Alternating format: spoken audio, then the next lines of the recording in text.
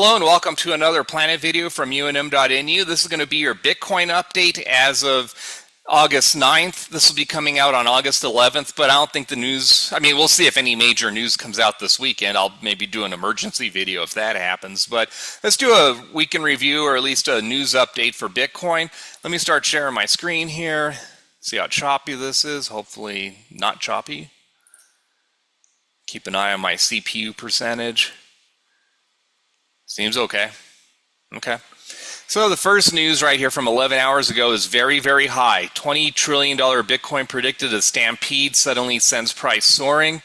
Something about Arthur Hayes predicting $1 million Bitcoin, which I still, I guess, keep the conservative estimate of $1 million Bitcoin by the year 2030, which is just fine by me. Some people have gotten more bullish. $3.8 million Bitcoin by 2030 from Kathy Wood. I'm not sure what Arthur Hayes' stance is, but maybe he's saying $1 million soon, maybe at some point.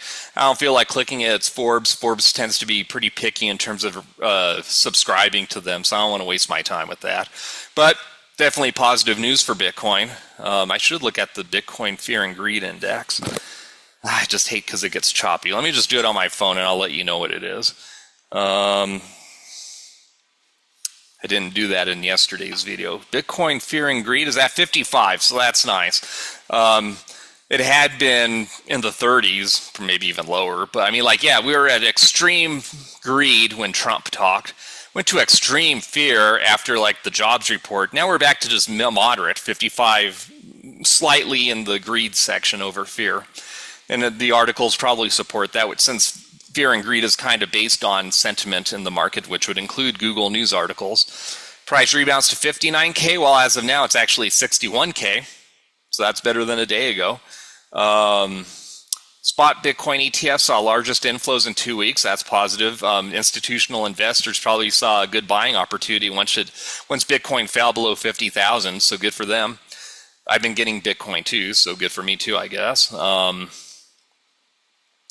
Bitcoin bear trap over. Hints at parabolic move next. Today I just got, I think, a total of maybe $4,000 worth of Bitcoin between the money I put in and the money I could borrow from Green Planet. So I hope that's true. Hope I bought at the right time and that I'll send the price falling back below 50,000 now. We'll see. Another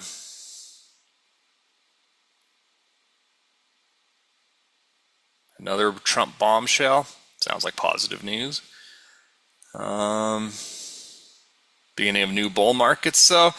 And this is awesome. Michael Saylor of MicroStrategy personally owns over about, doesn't really matter when you have $1 billion. It could be 900 million. I don't think he's crying. So about $1 billion in Bitcoin. Way to go, Michael Saylor. A huge pioneer for Bitcoin, him and MicroStrategy. Without them, Bitcoin wouldn't be where it is today. So good for them. So I think I'm going to stop there.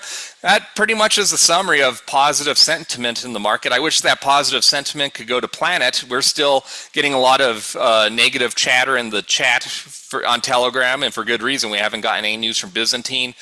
Joe's at least messaged us at least a couple times in the past week. He's definitely pro Aqua.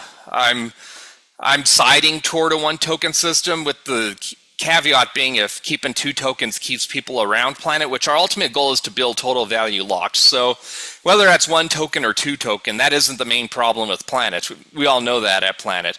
The main problem is driving in TVL and boosting fees so that Aqua and or Gamma is more valuable. I think the easiest thing is to consolidate to 1 token and focus on total value locked, which is just echoing Joe's talk, which maybe I'll talk about, I guess, on the video on the 15th, I think is where I have that scheduled. But anyway, if you've enjoyed this, please like, subscribe, hit the notification bell, leave a comment on YouTube, Twitter, my other social media accounts. 5 more videos to record. Till next video, God bless.